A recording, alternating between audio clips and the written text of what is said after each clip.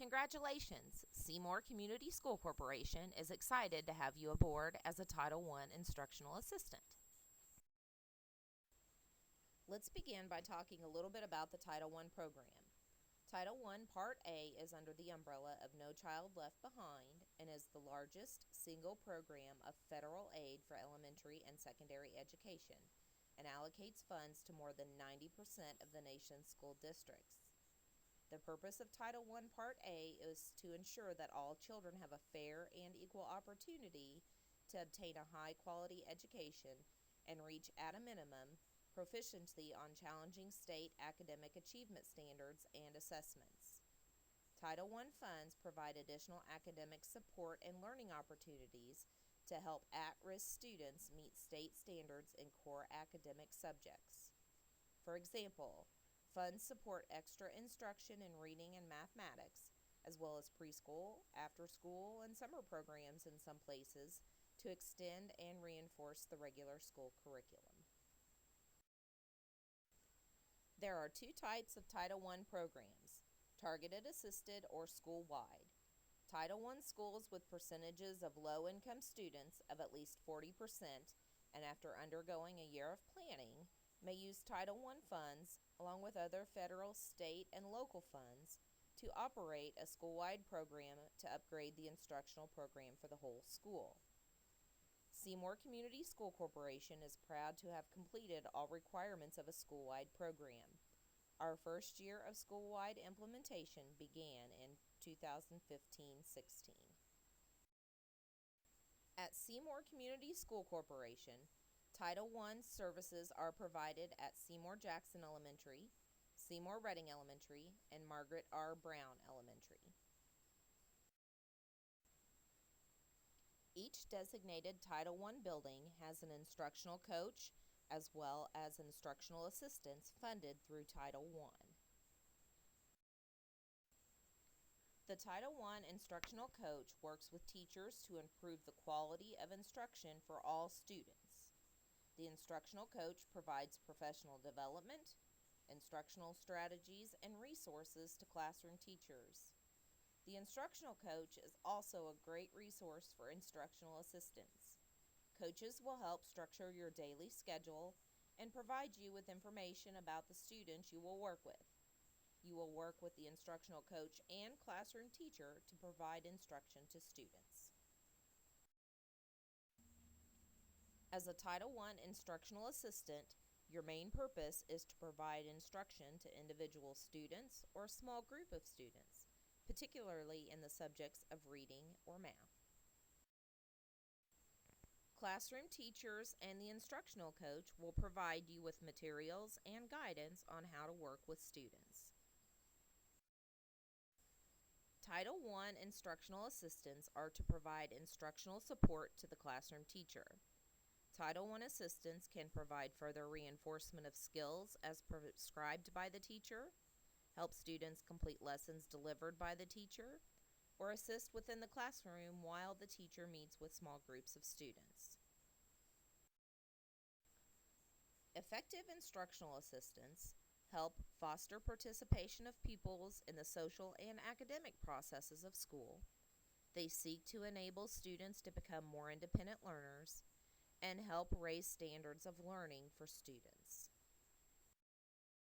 Because Title I is a federally funded program, they are very specific on guidelines that instructional assistants must follow, and these may differ from what other instructional assistants around the corporation may be asked or required to do.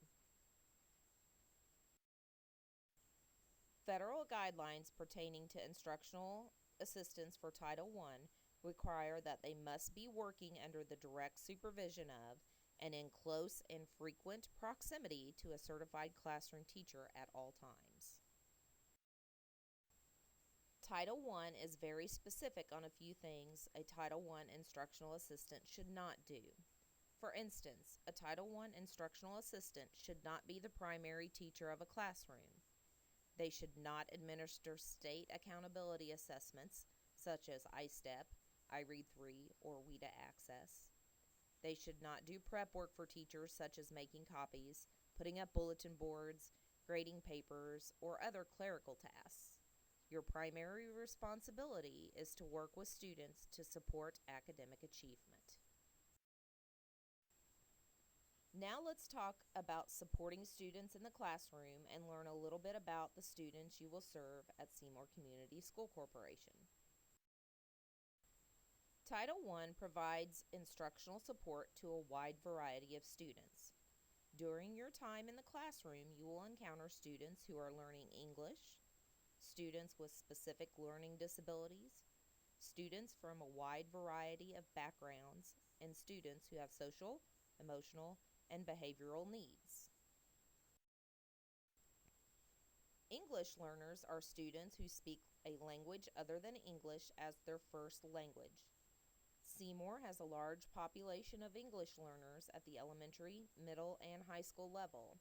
The predominant first language of a majority of our English learners is Spanish or Japanese, but we also have Russian, Chu, Chinese, Vietnamese, as well as many other languages. Overall, 17 different languages are represented in Seymour Community School Corporation. Although academic subjects may challenge our English learners, they are very capable and willing to do well in school. English learners receive English language acquisition help but are also entitled to Title I services. Let's talk about some of the acronyms you might encounter while working with English learners. ESL means English as a second language. ELL means English language learner. EL is simply English learner. ESL, ELL, and EL are often used interchangeably to refer to students who are learning English. In Seymour, we generally refer to our English learners as EL students. Another set of acronyms commonly used when referring to English language acquisition refer to our English Language Development Framework. The WIDA framework is a set of English language development standards that we use here in Seymour as well as across the state of Indiana to help English language learners develop English skills. Another term you might hear is WIDA Access. Each year, our English language learners are required to participate in a language proficiency assessment. This is generally given in late January into February. Another term that you might hear is ILP, which stands for Individualized Learning Plan. Each English learner has an individualized learning plan that outlines instructional strategies and accommodations that the student can use in the classroom and on state accountability assessments. Another term you might hear refers to English proficiency levels. Level 1 through 4 students are considered English language learners and receive support in the educational setting. As students gain proficiency in English and move through the levels, they will be considered fluent English practitioners when they reach level 5, and then they are no longer considered an English language learner. At Seymour Community School Corporation, we have the can-do philosophy when it comes to our English learners. A couple of things to remember when working with English learners. It can be hard to communicate when you first start working with students learning English. The tendency is to talk louder or in a simple way, and that doesn't help. Talk in a normal register and slow down a bit. Allow English learners time to process information, and if necessary, draw pictures, act out, and if you still have trouble communicating, ask for help from the classroom teacher. Though most of our EL students have conversational English skills, there are newcomers who are frightened and have not yet acclimated to the American school system and have not yet gained the confidence to communicate with oral English. Be kind, be patient, and you'll see great progress from our English learners. Students with identified physical or cognitive disabilities receive special education services, but are also entitled to Title I services. Autism, specific learning disabilities, and mild cognitive disabilities are just a few examples of a wide range of special needs served at Seymour Community School Corporation. Let's talk about some of the acronyms you might hear regarding special education. IEP stands for Individualized Education Plan. Every student with a special education identification will have an IEP that outlines classroom instructional strategies and accommodations. SLD means Specific Learning Disability. SLD covers a wide range of difficulties a student may face in an educational environment. EH, Emotional Handicap. EH can have far-reaching effects for a student. It can affect behavior, concentration, and emotional responses. BEST is an acronym for a program that helps students with significant emotional and behavioral difficulties. SOAR is an acronym for a program that helps students with autism. Appropriate dress. You are a professional charged with one of the most important jobs, helping children learn. In most schools, dress is professional casual, meaning dress slacks and a nice shirt and shoes are acceptable.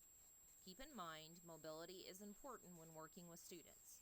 For example, you will want to make sure your shirt does not gape open when you bend over, or if you wear a skirt, that it is appropriately long when you sit on the floor. Also, be mindful of graphics on your clothing. Inappropriate and or vulgar terms, pictures, or words are not permitted. You will want to check with your building principal on any specific dress requirements at your school. There will be days where school spirit wear and blue jeans are permitted. And please remember, you are a reflection of the school you represent as well as the entire corporation, so please dress appropriately. Confidentiality. Every student has the right to confidentiality.